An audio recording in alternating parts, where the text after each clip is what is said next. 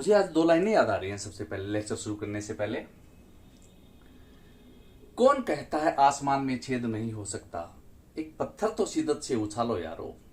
Definitely. कौन कहता है आप लोग जुडिशियल ऑफिसर नहीं बन सकते? बन सकते हैं यार। सिर्फ दो चीजों की जरूरत है आपको।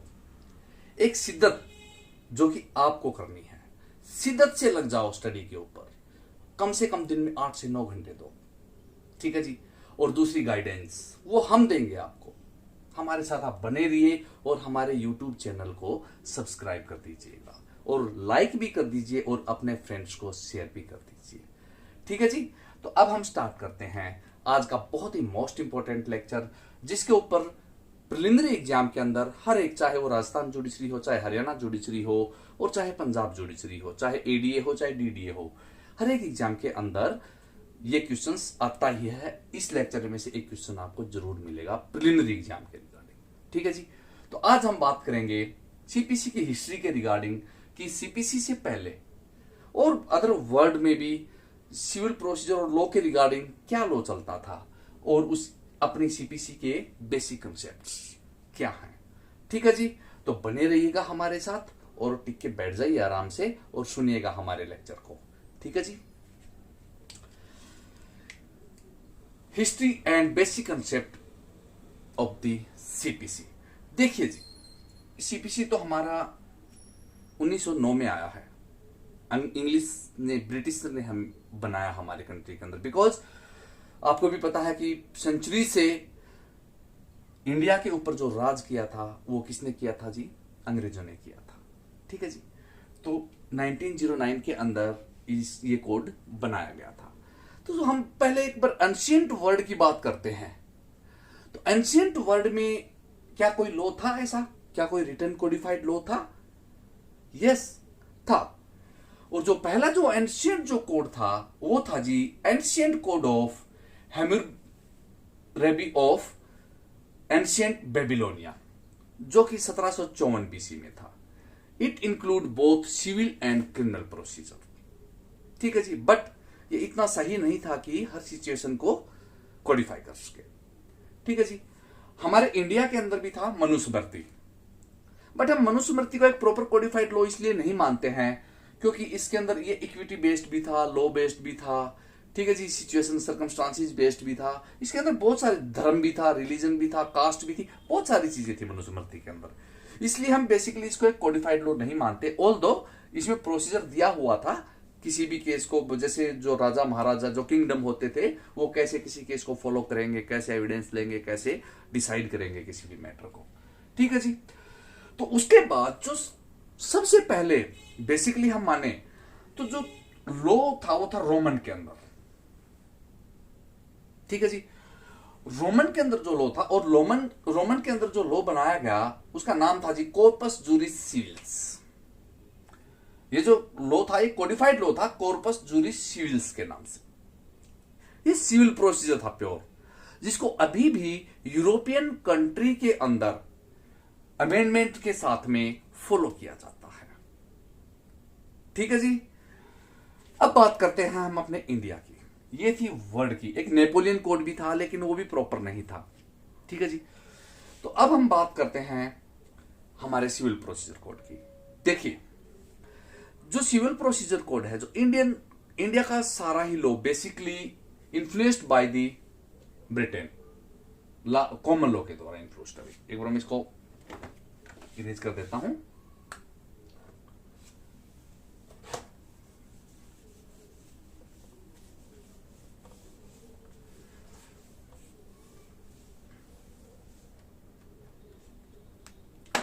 देखिए, जो इंडियन लॉ है बेसिकली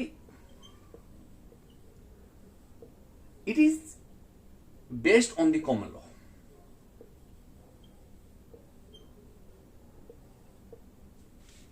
बिकॉज हमारे ऊपर राज किसने किया? जो मैक्सिमम जो किंगडम रहा है हमारे ऊपर वो ब्रिटिशर का रहा है, अंग्रेजों का रहा है, ठीक है जी। तो बेसिकली हमारा जो सीपीसी और कोई भी लॉ लगा लो, चाहे आईपीसी लगा लो, चाहे सीआरपीसी लगा लो, everything is based on the common law, ठीक है जी।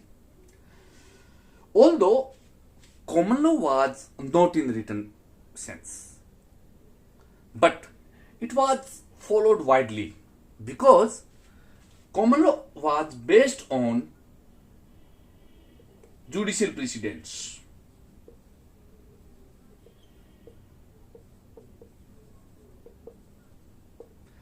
जुडिशियल प्रेसिडेंट्स और इक्विटी,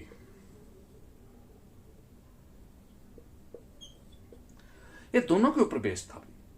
ठीक है जी, तो इसीलिए इसको वाइडली इस कॉमन लॉ की जो कंसेप्ट है इसको एक्सेप्ट किया गया और इसको फॉलो किया गया। ठीक है जी, जो हमारा प्रेजेंट सिविल प्रोसीजर कोड है, it is a codified law.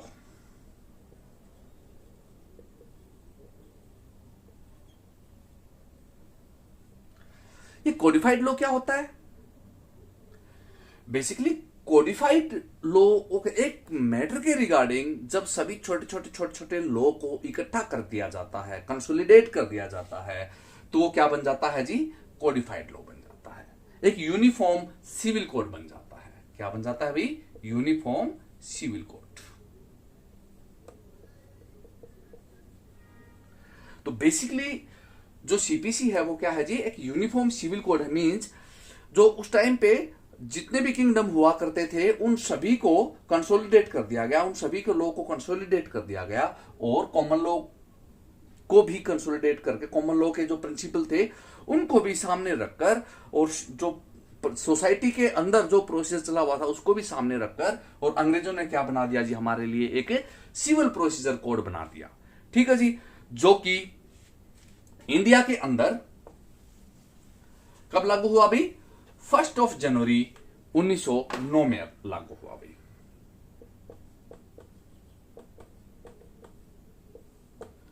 कब लागू हुआ? 1 जनवरी 1909 में लागू हुआ भाई। ठीक है जी, बेसिकली जो सीपीसी है इसको हमारे कॉन्स्टिट्यूशन की कंकरेंट लिस्ट में रखा हुआ है। इस कंकरेंट लिस्ट का मतलब क्या है? कंकरेंट लिस्ट का मतलब है कि सीपीसी को अमेंड और सीपीसी के रिगार्डिंग लॉ है वो state as well as centre दोनों लेजिस्लेचर अमेंड कर सकती हैं। दोनों लेजिस्लेचर इसके रिगार्डिंग कोई भी कानून बना सकती हैं। ठीक है जी, सीपीसी को 2 भागों में डिवाइड किया गया है भाई।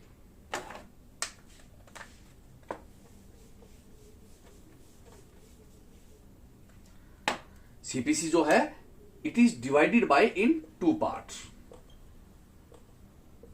जो एक पार्ट है, जो फर्स्ट पार्ट है उसमें सेक्शन है भाई। क्या है? सेक्शन। एंड जो सेकंड पार्ट इंक्लूड शेड्यूल। ठीक है जी, जो सेक्शन है basically it is a substantial part of CPC.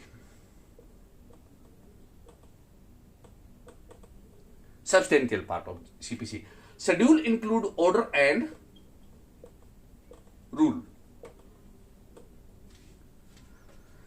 जो शेड्यूल है, शेड्यूल के अंदर क्या दिए हुए भी? ऑर्डर और रूल दिए हुए हैं। और जो सेक्शन है वो सब्सटेंशियल पार्ट है।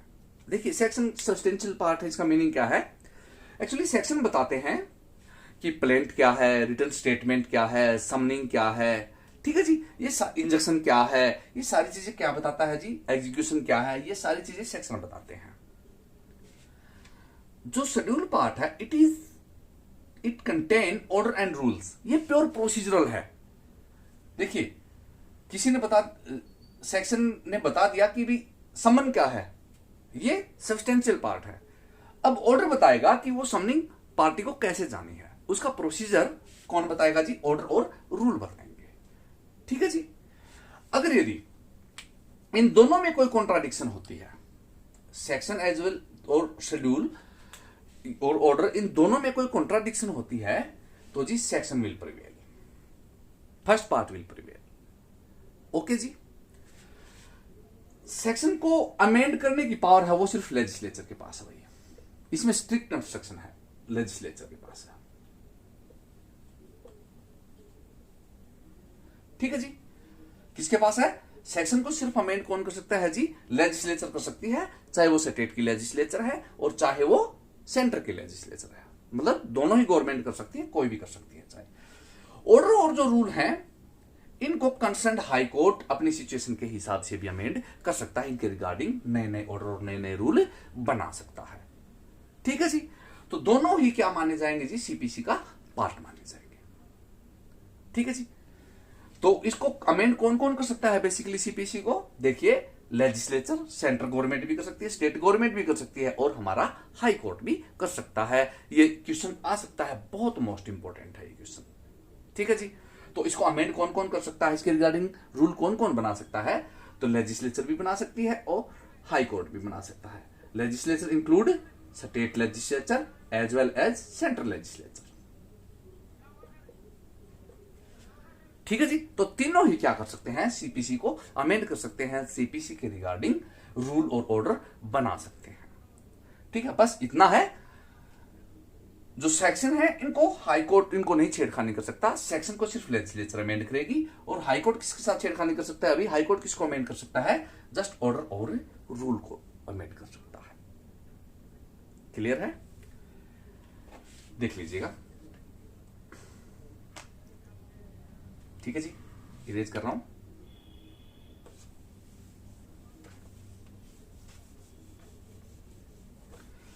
देखिए अब हम सेक्शन 1 के ऊपर आते हैं भाई।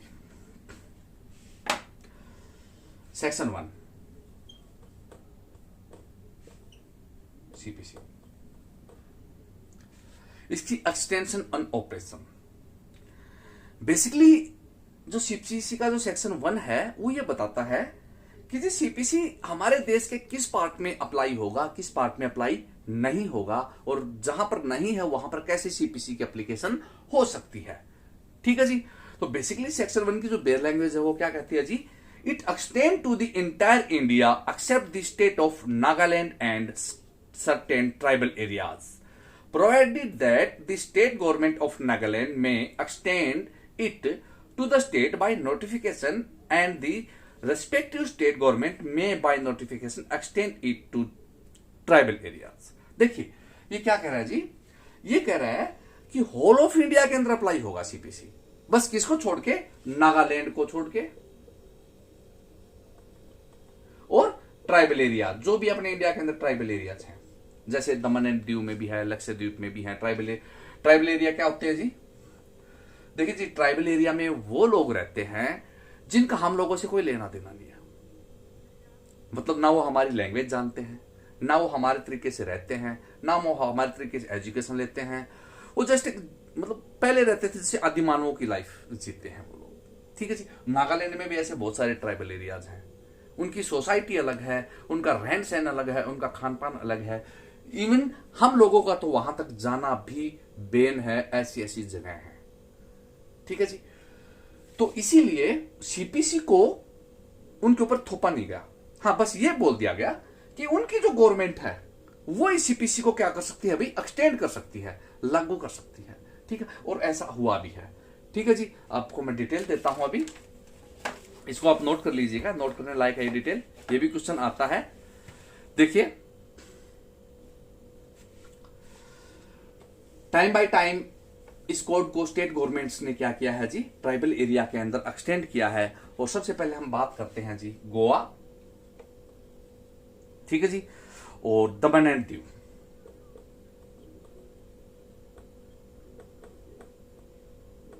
दमन एंड दीव इनमें ये अप्लाई हुआ भाई 15 जून 1966 को। ठीक है जी, जो दूसरा ट्राइबल एरिया वो है जी लक्षद्वीप।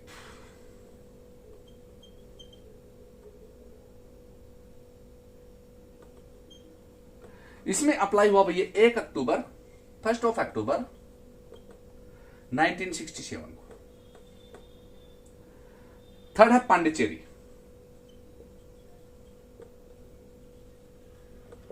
पांडिचेरी में ये अप्लाई हुआ 5 सितंबर 1968 को। 5 सितंबर 1968। एंड जो लास्ट है वो है Dadra and Nagar Haveli.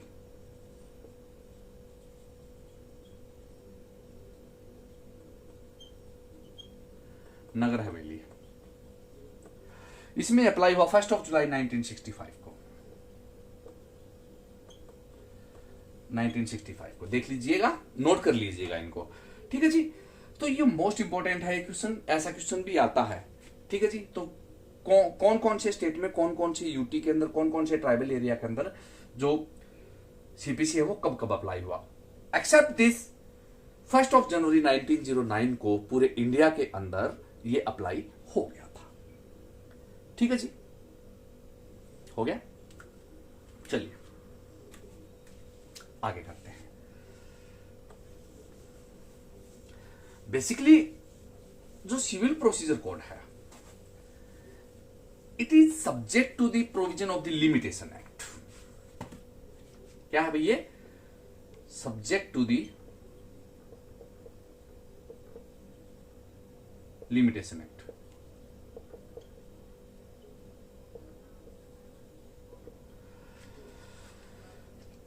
Means it does not mean कि लिमिटेशन है उसका और राइट इफेक्ट है।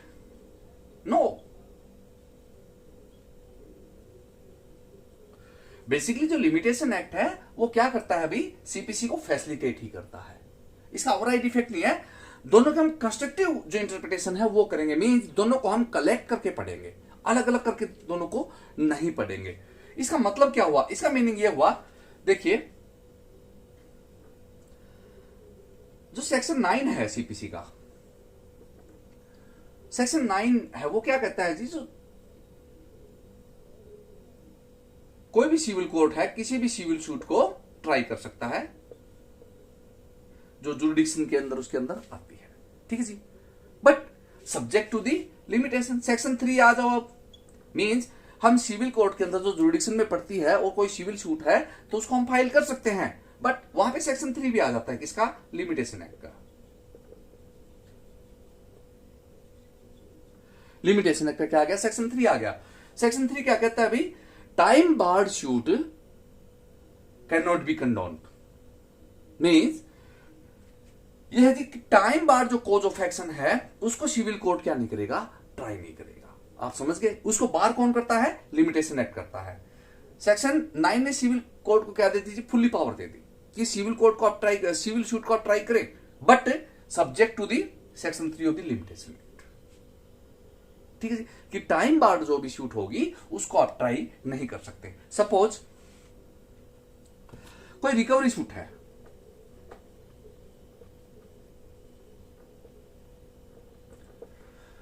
रिकवरी शूट का जी 3 ईयर का टाइम होता है जी,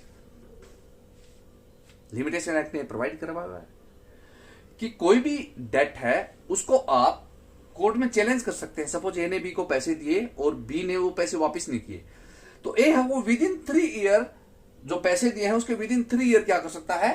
केस फाइल कर सकता है सिविल कोर्ट में रिकवरी का। बट अगर टाइम बार्ड डेट हो गया, 3 साल से ज्यादा का टाइम हो गया, चाहे वो 1 दिन का टाइम भी हो जाए, तो टाइम बार्ड डेट है, टाइम बार्ड डेट को कोर्ट है वो ट्राई नहीं करेगा।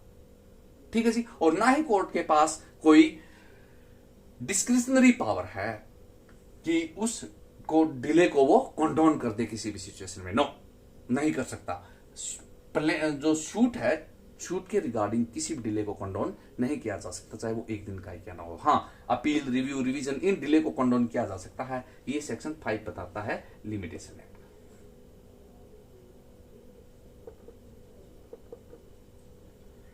ठीक है जी, तो दोनों को, ये जो सिविल प्रोसीजर कोड है और लिमिटेशन एक्ट है, दोनों को कंबाइन करके पढ़ा जाएगा। ठीक है जी, ऑल दो सिविल कोर्ट के पास पावर है हर एक सिविल कोज ऑफ एक्शन को ट्राई करने की, but subject to the limitation act. But means क्या? वो कोज ऑफ एक्शन है वो किस में होना चाहिए? वो कोज ऑफ एक्शन है वो टाइम के अंदर होना चाहिए। ये नहीं है कि आप 50 साल के बाद उठे, जागे और फिर पता ओहो मेरा तो 50 साल पहले ये कोज ऑफ एक्शन हुआ था, ठीक है जी, मेरे साथ तो ये गलत हुआ था, चलो आज मैं सिविल कोर्ट में जाता हूं और केस फाइल कर देता हूं। No, suitor must be vigilant about his right. अगर यदि उसके वो राइट के प्रति, अपने काम के प्रति विजिलेंट नहीं है और शूट टाइम बार्ड हो गई उसकी, उसका cause of action time barred हो गया, तो अगेन वो ये कर नहीं सकता। कोर्ट ऑफ लॉ के अंदर वो इसको ट्राई नहीं कर सकता। इसको बार कौन करता है जी? लिमिटेशन एक्ट करता है। ठीक है जी, इसको कर लीजिएगा अच्छे से। कल हम करेंगे कोर्ट की डिस्क्रिशनरी पावर क्या होती है, जो कि मैंने अभी वर्ड यूज किया, डिस्क्रिशनरी पावर। ठीक है जी, डिस्क्रिशनरी पावर भी करेंगे, और उसके बाद फिर हम आगे करेंगे जी इस कोड के ऑब्जेक्ट क्या हैं, ये डिफरेंट कैसे है क्रिमिनल लॉ से। ठीक है जी, इस कोड की स्कीम क्या है। ठीक है जी, तो आज के लेक्चर को हमारे को एक दो बार जरूर देखिएगा और सब्सक्राइब भी कीजिएगा। ठीक है जी, और शिद्दत से पत्थर उछालते रहिएगा। एक दिन जरूर आप जुडिशियल ऑफिसर बनेंगे, हमारी गाइडेंस आपके साथ में है। थैंक यू, गुड नाइट, सबा करें।